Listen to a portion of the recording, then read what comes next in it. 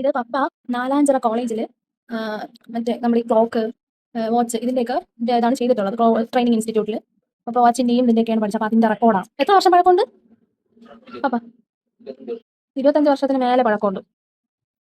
ഇപ്പോൾ 30 വർഷം വരില്ലേ? ഇപ്പോൾ 35 വർഷം വരില്ലേ? എല്ലാം ഉണ്ട്. നമ്മളിപ്പോൾ പഠിക്കുന്നതൊക്കെ ഉണ്ട്. എന്തോന്ന് ജയമാത ട്രെയിനിങ് ഇൻസ്റ്റിറ്റ്യൂട്ട് നാലാഞ്ചിറ. ഇതിന്റെ ഫ്രണ്ടിൽ വർഷം കാണുമല്ലോ നമുക്ക്. ഫ്രണ്ടിൽ വർഷമില്ല.